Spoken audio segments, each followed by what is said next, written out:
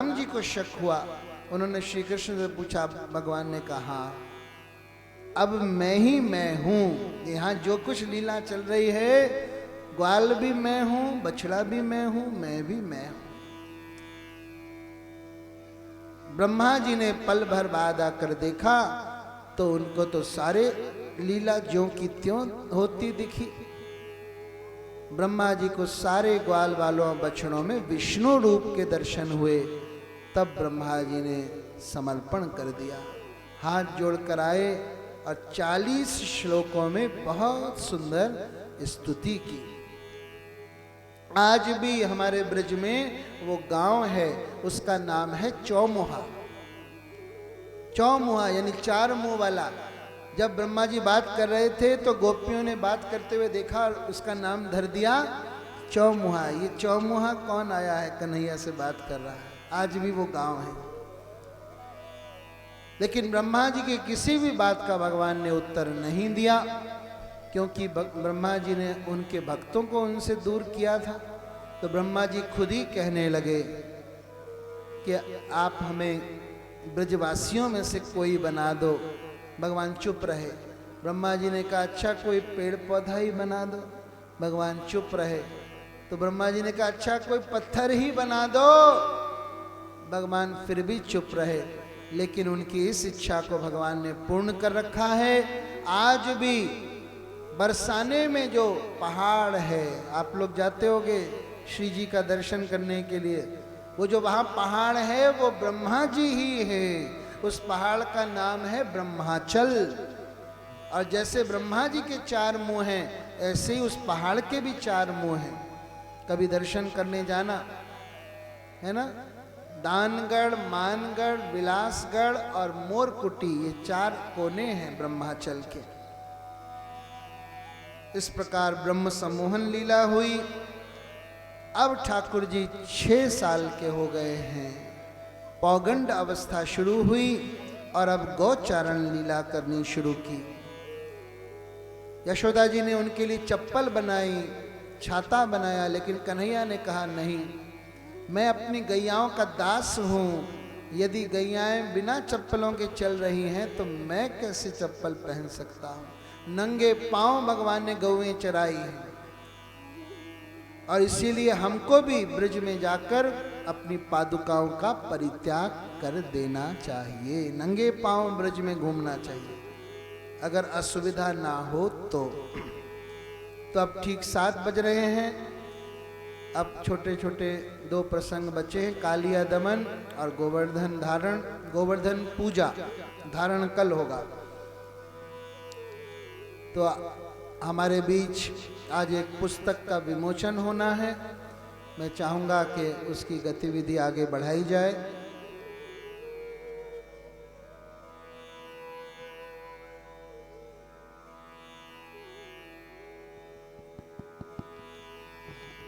श्री कृष्णम वंदे जगद्गुरु ठीक ही है, उसको मैं गाकर सुना रहा हूं। भक्ति योग अध्याय 12।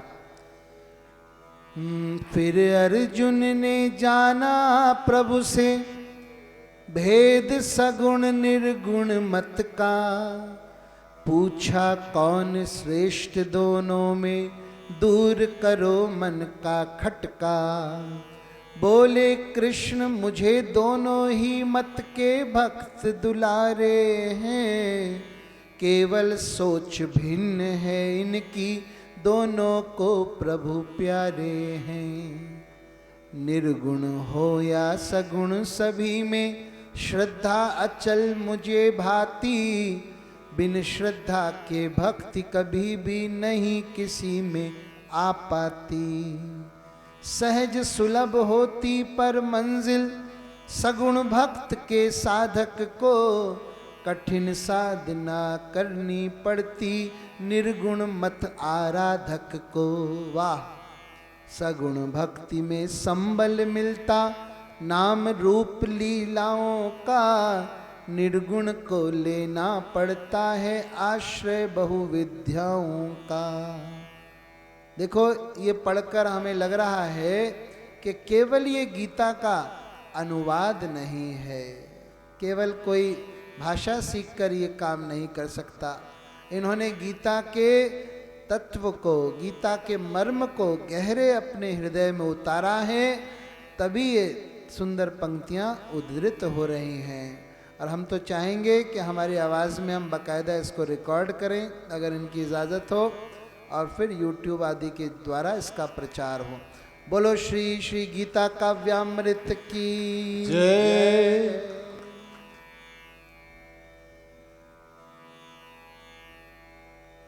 तो हम पुनः कृष्ण की बाल लीलाओं में आ जाएं। एक दिन ठाकुर जी ने देखा कि थके हुए ग्वाल बाल और बछड़ों ने जैसे ही यमुना का जल पान किया कि वो मृत होकर गिर पड़े। तब अपनी संजीवनी दृष्टि से ठाकुर जी ने उन सबको जिलाया और फिर उन्होंने खोजबीन की कि ये क्या हो रहा है। तो यमुना के एक दह में काली नाग आकर वास करने लग गया था। बड़ा जहरीला नाग था। उसके प्रभाव से सारा जल जहरीला हो गया था। किनारे पर लगे हुए वृक्ष भी सूख गए थे। केवल एक कदम्ब का वृक्ष था जिसकी जड़ में गरुड़ जी ने पहले एक अमृत कलश रख दिया था। केवल वो जीवित था और वो आज तक जीवित है। काली दह हमारे आश्रम से केवल 1 किलोमीटर दूर है और वहां पर कदम का वृक्ष आज भी खड़ा हुआ है। तो केवल वो जीवित था, बाकी जहर इतना निकलता था भाप बनकर कि उस दह के ऊपर से जाने वाले पक्षी भी गिरकर नीचे मर जाते थे। ठाकुर जी ने खेल खेल में श्रीदामा की गेंद को वापस लाने के लिए और उसी कदम के वृक्ष पर चढ़कर फेंटा बांधकर और छलांग लगा दी। बहुत जोर की आवाज हुई। कालिया नाग नीचे यमुना के दह में सो रहा था। उसकी जो पत्नियां थीं वो ऊपर आईं। उन्होंने श्री कृष्ण के मनोहर रूप को देखा तो हाथ जोड़कर कहने लगी, हे बालक तुम कौन हो? जाओ जाओ यहाँ से चले जाओ, हमारा पति बहुत खतरनाक है, तुम पर धावा बोल देगा, हम नहीं देख सकती तुम कष्ट में पड़ो। ठाकुर जी ने कहा हम तो आए ही हैं 2-2 हाथ करने के लिए उससे, बताओ कहाँ है वो। बहुत उसने विनाश लीला की है, आज उसको दिमाग ठिकाने लगाना है मुझे। ठाकुर जी ने जाकर जोर से उस पर लात मारी। अब तो वो क्रुद्ध होकर दौड़ा और अपनी सारी पिंडलियों में उसने कन्हैया को जकड़ लिया। ठाकुर जी ने अपना रूप बढ़ाना शुरू किया, शरीर को फुलाना शुरू किया, उसकी पिंडलियों से निकलकर और ठाकुर जी उसके फन पर आ गए। अब फन पर स्थापित होकर ठाकुर जी ने बहुत सुंदर नृत्य किया। शिव जी के तांडव को भी मात करने वाला वो बहुत सुंदर नृत्य था। रसिक संत लोग बताते हैं कि श्री कृष्ण ने राधा रानी से नृत्य की शिक्षा पाई थी। ब्रज में कई पदों में भी इसका संकेत मिलता है। राधा रानी एक छड़ी लेकर कृष्ण को सिखाती थी डांस, और डांस का कोई भी स्टेप गलत पड़ जाए तो तुरंत छड़ी लगती थी, ठीक से नाचो। तो कन्हैया ने राधा रानी से नृत्य करना सीखा था, लेकिन उन्होंने नृत्य की दक्षिणा नहीं दी थी, जिसको गुरु दक्षिणा कहते हैं। तो आज ठाकुर ने कालिया के नाक के सर पर नाचकर और राधा रानी को वो गुरु दक्षिणा प्रदान की।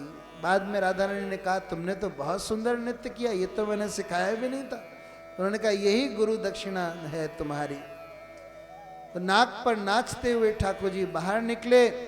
सारी रानियों उसकी पत्नियों ने हाथ जोड़कर कहा प्रभु अब बहुत तो हो गया, अब इसको छोड़ दो, अब तो बिल्कुल मरियल हुआ पड़ा है, और इसका भी कोई ना कोई पुण्य होगा जो इतनी बार आपके चरण इसके सिर पर पड़े, वरना कितना बखेड़ा होने के बाद बलि जी के सिर पर केवल आपने एक पैर रखा था और इसके ऊपर सैकड़ों बार आपने थप थप थप थप की।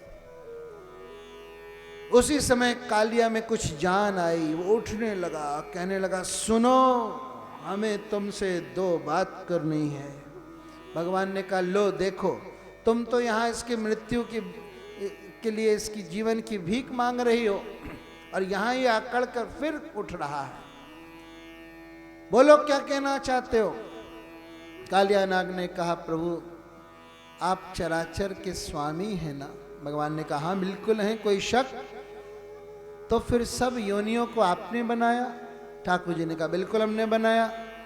फिर हम नागों को भी आपने बनाया होगा। बिल्कुल हमने बनाया।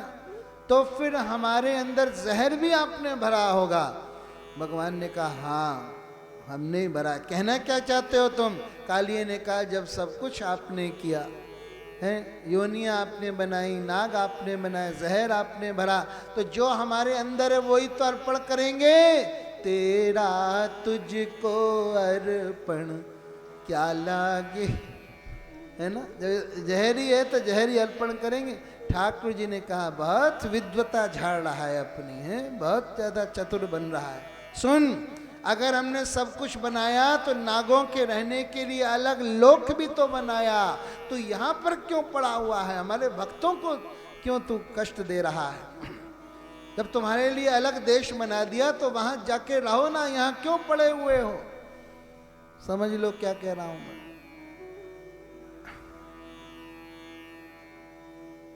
कालिया नाग ने कहा कि गरुड़ से हमें बड़ा डर लगता है, गरुड़ हम पर आक्रमण करता है। ठाकुर जी ने कहा बिल्कुल अब नहीं करेगा, तुम्हारे सिर पर मेरे चरणों की छाप लग गई है, अब गरुड़ तुम्हें परेशान नहीं करेगा, निकलो बाहर यहाँ से जाओ। और फिर अपनी पत्नियों के साथ कालिया चला गया और रमणक द्वीप लिखा हुआ है, रमणक द्वीप पहुंच गया। हमारे दादा गुरु शिला प्रभुपाद जी सारे विश्व में हरे कृष्ण का प्रचार करते हुए जब फिजी आइलैंड्स पहुंचे, तब उन्होंने अपने दिव्य दृष्टि से देखा कि यही वो रमणक क्षेत्र है जहां कालिया गया। और वहाँ के लोकल वासियों से पूछा कि वहाँ की पहाड़ियों में एक बहुत भयंकर नाग रहता है, उसकी भयंकर फुफकार सुनाई पड़ती है। तो प्रभुपाद जी ने फिजी आइलैंड्स में राधा कृष्ण का मंदिर ना बनाकर कृष्ण कालिया मंदिर बनाया। तो वो फिजी आइलैंड में आज भी कालिया रह रहा है, भगवान के चरणों की छाप से वो अमर हो गया है।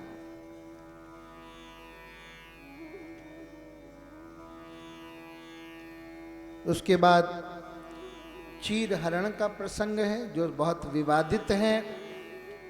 भगवान ने एक मास व्यापी व्रतधारी गोपियों के चीर चुराए, क्योंकि वो लोग निर्वस्त्र होकर यमुना जी में स्नान करती थीं। भगवान उन्हें शिक्षा देना चाहते थे कि ऐसे स्नान करने से वरुण का अपराध होता है, लेकिन भगवान ने उनको आश्वासन दिया कि अगली शरद पूर्णिमा में वो उनकी मनोभीष्ट को पूर्ण करेंगे।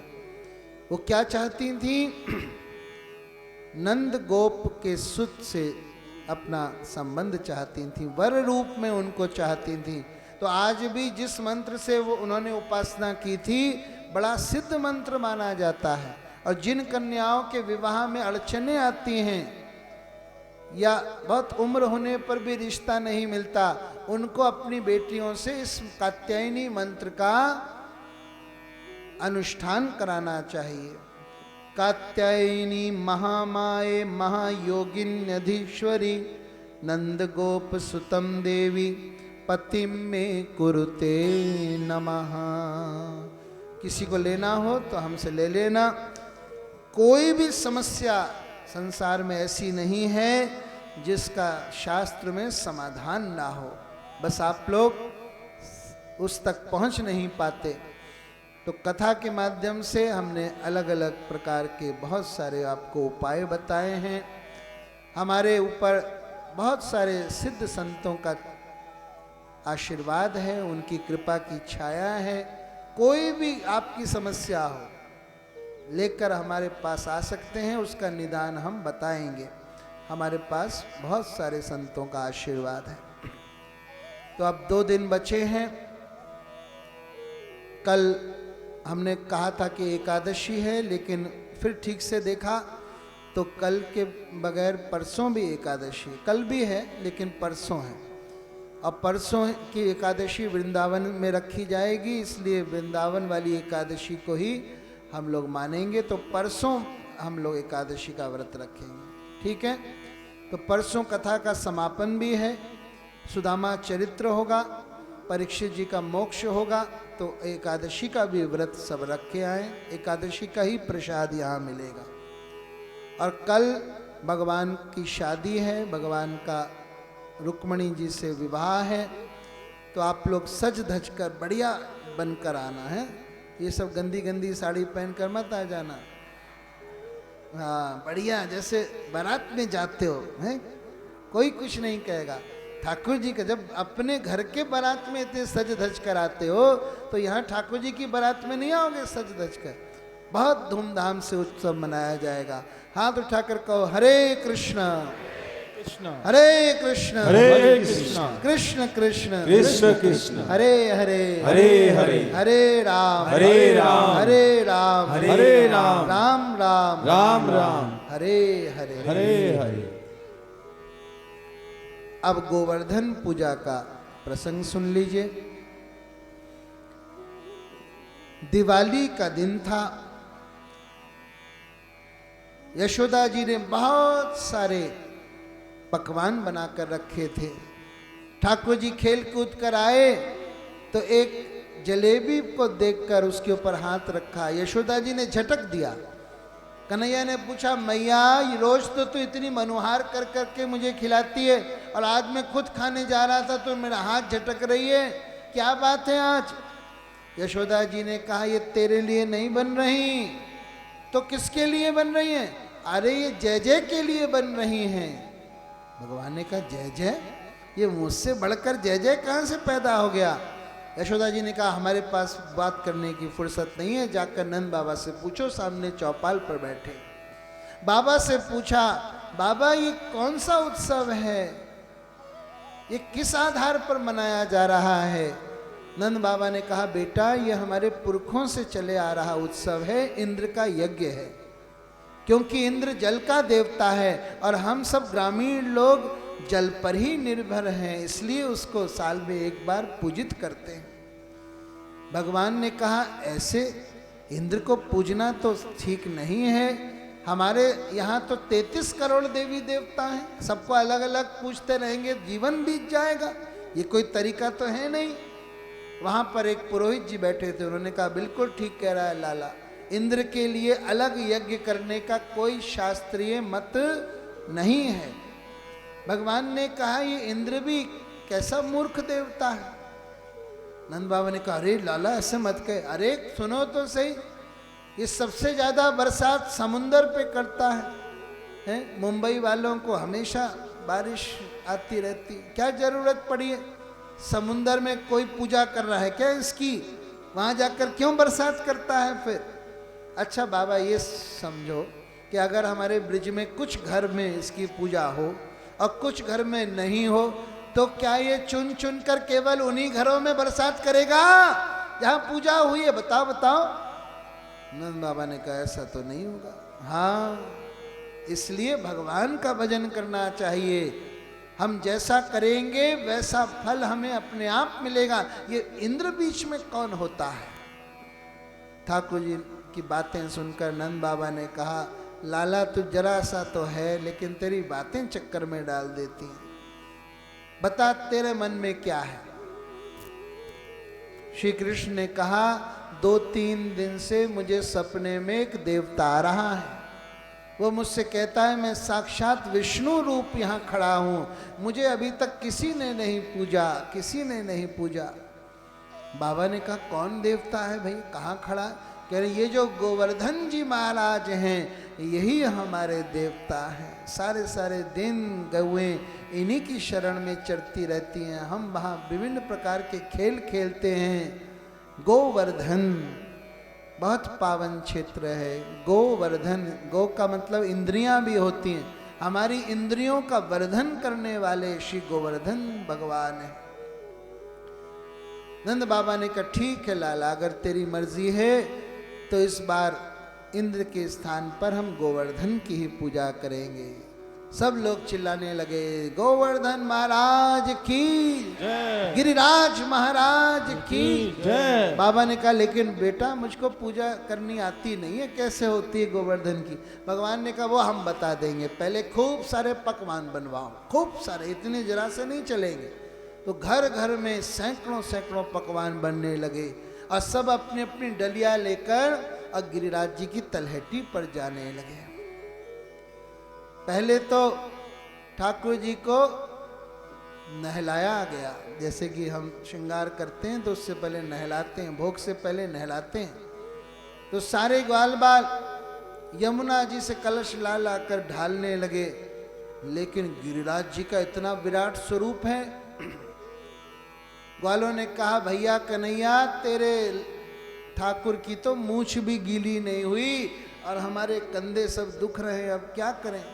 तो भगवान ने गिरिराज जी की तलहटी में गंगा जी को प्रकट कर दिया, अपने मन से प्रकट किया, इसलिए उसका नाम पड़ा मानसी गंगा।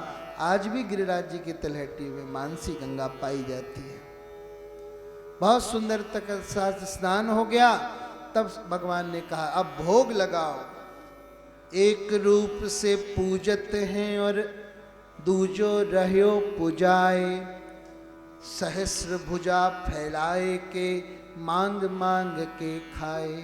गिरिराज जी के ऊपर ही एक देवता प्रकट हो गया और सहस्र भुजाएं फैलाकर मांग मांग कर खा रहा है। आज भी गिरिराज जी के मुखारविंद से आगे बढ़ोगे 2 किलोमीटर बाद गांव आएगा आन्योर। आन्योर का मतलब पता है क्या है? आनी और, यानी और लाओ। तो वहीं से ठाकुर जी गिरिराज जी और मांग रहे थे, जितने भी सब भोग थे सब मांग रहे थे और आत्मसात कर रहे थे। मधुमंगल ने कहा, अरे ये क्या हुआ? तुम्हारा ठाकुर जनक की कब से भूखा बैठा है, हमारे लिए क्या कोई प्रसादी भी नहीं छोड़ेगा? तो भगवान ने कहा, अच्छा आंख बंद करो। सब ने अपनी आंख बंद की और उसके बाद सारे देखे कि सारे के सारे पदार्थ जो खाए थे वो सारे अपनी अपनी डलियों में मौजूद हैं। तो यहाँ भी भगवान का 56 भोग लग चुका है। अब गिरिराज जी परिक्रमा कर रहे हैं। गिरिराज जी की सारे ब्रजवासी, हम लोग मानसिक रूप से परिक्रमा करेंगे और तब तक हम एक भजन गाएंगे। ओ मैं तो गोवर्धन को जाऊं मेरे वीर, नाय माने मेरो मनवा। मैं तो गोवर्धन को जाऊं मेरे वीर, नाय माने मेरो मनवा। मैं तो गोवर्धन को जाऊं मेरे वीर, नाय माने मेरो मनवा। मैं तो गोवर्धन को जाऊं मेरे वीर, नाय माने मेरो मनवा। ना माने मेरो मनवा, अजी ना माने मेरो कनवा। ना माने मेरो मनवा, अरे नाय माने मेरो कनवा। मैं तो गोवर्धन को मेरे वीर, नाय माने मेरो मनवा। मैं तो गोवर्धन को जाऊं मेरे वीर, नाय माने मेरो मनवा।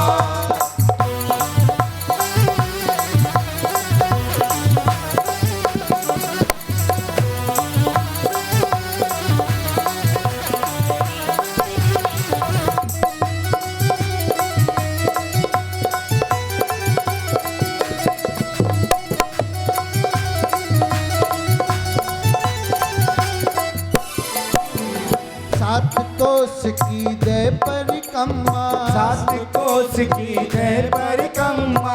सात कोस की दे परिक्रमा। सात कोस की जय परिक्रमा। मैं तो मानसी, मैं तो मानसी, मैं तो मानसी गंगा धाम मेरे वीर, नाय माने मेरो मनवा। ओ मानसी गंगा में नाऊं मेरे वीर, नाय माने मेरो मनवा। बोलो गोवर्धन महाराज की।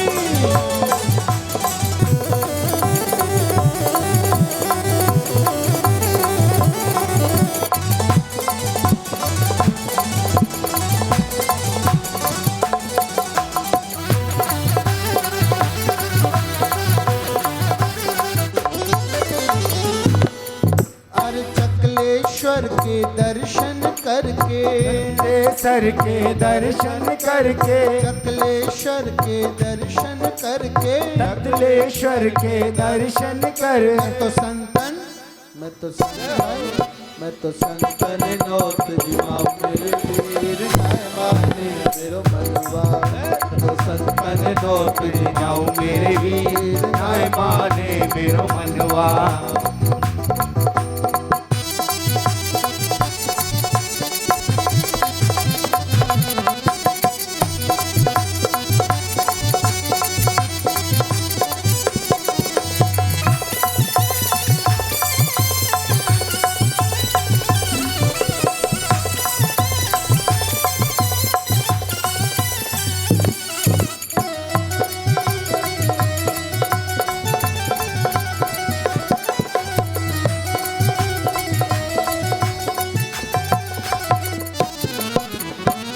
गिरिराज पे दूध चढ़ाऊं, गिरिराज पे दूध चढ़ाऊं, श्री गिरिराज पे दूध चढ़ाऊं, श्री गिरिराज पे दूध चढ़ाऊं। मैं तो छप्पन, मैं तो छप्पन, मैं तो छप्पन भोग लगाऊं मेरे वीर नाय माने मेरो मनवा। मैं तो छप्पन भोग लगाऊं मेरे वीर नाय माने मेरो मनवा।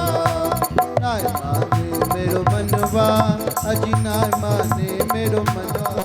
नाय माने मेरो मनवा, हरि नाय माने मेरो मनवा। मैं तो गोवर्धन को जाऊं मेरे वीर नाय माने मेरो मनवा। मैं तो गोवर्धन को जाऊं मेरे वीर नाय माने मेरो मनवा। जी की जय। इसके आगे की कथा कल चलेगी। सब लोग ध्यान से 3:30 बजे यहाँ उपस्थित हो जाएं। 3:30 बजे हमारे संगीतज्ञ भजन गाना शुरू कर देते हैं और ठीक 4 बजे यहाँ पर हम कथा सुनाना शुरू कर देते हैं। कैथल वाली गौ माता की समिति के लिए यहाँ पर दान पत्र रखा गया है। दान पत्र में अपनी इच्छा से इस परम पूर्ण पुरुषोत्तम मास के उपलक्ष्य में गोदान अवश्य करें। 1000 गुना ज़्यादा फल होगा। बहुत दिव्य महीना है। कैथल में लगभग 200 गायों का संरक्षण हो रहा है। गौ माता की सेवा समिति बनी हुई है। उसके लिए दान पात्र में दान अवश्य करें। और गीता पे लिखी हुई हमारी पुस्तिका है पिघलता हुआ कृष्ण। अपने बाल बच्चों के पढ़ने के लिए उसे अवश्य ले जाए। बहुत व्यावहारिक भाषा में, सरल भाषा में हमने वो गीता लिखी है, उसको अवश्य लें। और हमारे भजनों की भी पुस्तिका उपलब्ध है। बहुत सुंदर भजन है, इन भजनों को भी ज़रूर सुनें। बोलो गिरिराज जी महाराज की जय। आवाज तो बिल्कुल नहीं आ रही, थोड़ा ऊंचा सुनते हैं, जोर से बोलना है। बोलो गिरिराज जी महाराज की जय। एक बार विशेष सूचना सभी भक्तों को, विशेषकर माताओं को, जो माताएं बहनें व्यवस्था बिगाड़ती हैं आरती में या पूजन करने में, उनसे हाथ जोड़कर पहले ही निवेदन है हमारा, जो जहां खड़ा है वहीं खड़े होकर ही आरती करेंगे। सभी लोग आरती दर्शन करेंगे। जो मुख्य हमारे सदस्य आए हुए हैं, जो यजमान परिवार से हैं, वो ही आरती करें। आप सभी लोग आरती दर्शन वहीं जगह पे खड़े होकर करेंगे। कोई भी माताएं बहनें या भक्त थाली छुड़ाने की कोशिश न करें, इससे बहुत ही ज़्यादा व्यवस्था बिगड़ती है। आपके बीच में 2-4-6 माताएं हैं जो व्यवस्था बिगाड़ रही हैं, उनको हम जान भी रहे हैं लेकिन बोल कुछ नहीं रहे हैं। आप लोगों से बारंबार निवेदन है, अगल बगल वालों का ध्यान दें ताकि कोई भी माताएं बहनें व्यवस्था न बिगाड़ें। और जैसे कि महाराज श्री ने आप सभी भक्तों को अवगत कराया है कि कल रुक्मणी द्वारकाधीश का मंगल विवाह उत्सव कथा के विश्राम के समय मनाया जाएगा। आप लोग ज़्यादा से ज़्यादा संख्या में पधारें। अपने घर के सभी सदस्यों को भी लाना है। जिस भांति हम लोग कभी रिलेशन वाले की शादी में सपरिवार जाते हैं, कल भगवान का विवाह उत्सव बड़े ही धूमधाम से मनाया जाएगा।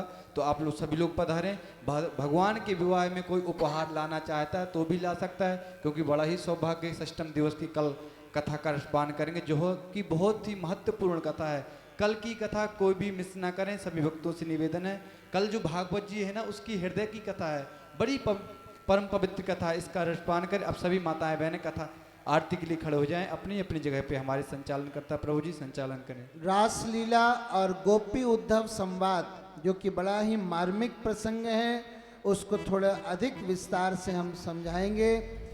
और जिसने ये कथा सुनी है वो हमारे YouTube चैनल को अवश्य सब्सक्राइब करें और दूसरों को साझा करवाएं, लाइक करवाएं और ये कथा उनको भी सुनवाएं। हमारे YouTube चैनल का नाम है कवि दरबार, कवि दरबार KAVIDARBAR। इस चैनल पर ये पूरी कथा जो यहाँ हुई है वो दैनिक रूप से अपलोड हो रही है। औरों को भी उसको साझा करें, उसको सब्सक्राइब अवश्य करें। श्री कृष्णम वंदे जगत गुरु। एक बात मेरा कहने का मन है। सर्वोपचारार्थे गंधाक्षत पुष्पम समर्पयामि। ओम इदगुं अभिः प्रजाननं मे अस्तु दशभिरगुं सर्वगणगुं स्वस्ताये आत्मसनि प्रजासनि पशुसनि लोकसनि नभयसनि अग्निः प्रजानं बहुलां मे करोत्वन्नं पयोरेतो अस्मा सुदत्त।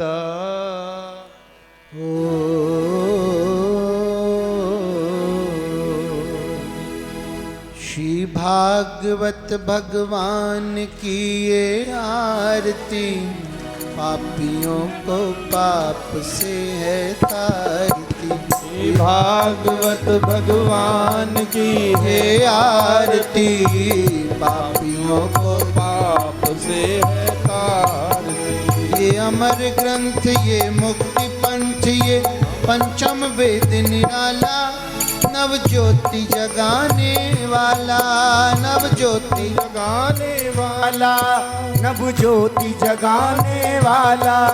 हरि नाम यही, हरि धाम यही, हरि नाम यही, हरि नाम यही। जग के मंगल की आरती, पापियों को पाप से है तारती। श्री भागवत भगवान की है आरती, पापियों को पाप से है तारती। ये शांति गीत पावन पुनीत, तापों को मिटाने वाला, हरि दर्श कराने वाला, हरि दर्श कराने वाला, हरि दर्श कराने वाला। ये सुख करनी, ये दुख हरनी, ये सुख करनी, ये दुख हरनी। श्री मधुसूदन की आरती, आदियों को पाप से है तारती। श्री भागवत भगवान की है आरती, पापियों को पाप से है तारती। ये मधुर बोल पग पंच खोल, सन्मार्ग बताने वाला, बिगड़ी को बनाने वाला, बिगड़ी को बनाने वाला, बिगड़ी को बनाने वाला। श्री राम यही, घनश्याम यही, श्री राम यही, घनश्याम यही। प्रभु की महिमा की आरती, पापियों को पाप से है तारती। श्री भागवत भगवान की ये आरती, पापियों को पाप से है तारती। हरे कृष्णा कृष्ण कृष्ण हरे हरे, हरे राम राम राम हरे हरे। हरे कृष्ण कृष्ण कृष्ण हरे हरे, हरे राम राम राम हरे हरे। हरे कृष्ण कृष्ण कृष्ण हरे हरे, हरे राम राम राम हरे हरे। हरे कृष्ण कृष्ण कृष्ण हरे हरे, हरे राम राम राम हरे हरे। हरे कृष्ण कृष्ण कृष्ण हरे हरे, हरे राम राम हरे हरे। हरे कृष्ण कृष्ण कृष्ण हरे हरे, हरे राम राम हरे हरे। हरे कृष्ण कृष्ण कृष्ण हरे हरे, हरे हरे राम राम राम हरे हरे। हरे कृष्ण कृष्ण कृष्ण हरे हरे। हरे राम राम राम हरे हरे। हरे कृष्ण कृष्ण कृष्ण हरे हरे। हरे राम राम राम हरे हरे। हरे कृष्ण कृष्ण कृष्ण हरे हरे। हरे राम राम राम हरे हरे। हरे कृष्ण कृष्ण कृष्ण हरे हरे। हरे राम राम हरि बोल। हरे कृष्ण कृष्ण हरे हरे। हरे राम राम राम हरे हरे। हरे कृष्ण कृष्ण कृष्ण हरे हरे। हरे राम राम सभी गाएं। हरे कृष्ण कृष्ण कृष्ण हरे हरे। हरे राम राम राम शीतलीकरणे पुष्पे देवाभिवंदना आत्माभिवंदना तुम देवो शांतिरंतरिक्षं शांति पृथ्वी शांतिरापः शांतिरोगतः शांति वानपतयः शांतिपुष्पे देवाः शांतिर्ब्रह्म शांति सर्वगुण शांति शांतिरेव शांति श्यामा शांतिरेधि। मंत्र पुष्पांजलि। सभी लोग आरती दर्शन ले ले और हाथ जोड़ करके पुष्प चावल हाथ में लिए रहें, कोई भी वहाँ से न फेंके। और पुष्पांजलि के बाद भी पुष्प चावल कोई वहीं से नहीं फेंकेगा, ऐसे चरणों में आता है जिससे दोष लगता है। सभी लोग धीरे धीरे करके आएंगे, बिहारी जी के चरणों में लगाएंगे। हरि ओम मा जितने हरि ओम मा जितने नमयंत देव तानि धर्माण प्रथमान्यासन्नाते हनाकं महिमानः सजन्त तत्र पूर्वे साध्या शन्ति देवाः। हरि ओम नंदनंदनाय च विद्महे यशोदानंदनाय च धीमहि तन्नो श्रीकृष्णः प्रचोदयात्। हरि ओम वृषभानुसुताय च विद्महे कृष्णप्रियाय च धीमहि तन्नो श्रीराधः प्रचोदयात्। हरि ओम गिरिराजाय च विद्महे गोवर्धनाय च धीमहि तन्नो श्रीगिर्वः प्रचोदयात्। सेवन्तिका विकुलचम्पकवाटलाब्जे पुन्नः गजादिकरबीलरसालपुष्पैः बिल्वप्रवाह तुलसीदलमञ्जरीभिः त्वां पूजयामि जगदीश्वर मे प्रसीद। नानासुगन्धपुष्पाणि यथा कालोद्भवानि च पुष्पाञ्जलि मया दत्त ग्रहण परमेश्वर। श्रद्धया सिक्तया भक्त्या हार्दप्रेम्णा समर्पयेत् मन्त्रपुष्पाञ्जलिश्चायं परिपूर्णं तदस्तु मे। सुमन सुगंधित सुमनलय सुमन सुभक्ति विचार पुष्पांजलि अर्पण करो सो प्रभु करो स्वीकार। पुराण पुरुषोत्तमान श्री बालकृष्णाय नमः श्री नंदनंदनाय नमः। मंत्र पुष्पांजलि समर्पयामि। बोलो श्रीमद्भागवत महापुराण की जय। बोलो व्यास जी महाराज की जय। सच्चिदानंद भगवान की जय। गिरिराज जी महाराज की जय। जयकारा जोर से आवाज ही नहीं आ रही है, आप लोग ढीले पड़ गए हैं क्या? जोर से बोलिए। बोलो बाके बिहारीलाल की जय। बोलो पवन सुत हनुमान जी महाराज की जय। बोलो उमापति महादेव की जय। गंगा मैया की जय। यमुना महारानी की जय। वृंदा महारानी की जय। धर्म की अधर्म का प्राणियों में विश्व का सनातन धर्म की गौ माता की गौ हत्या बंदो नमः पार्वती पतये हर हर महादेव शंभो।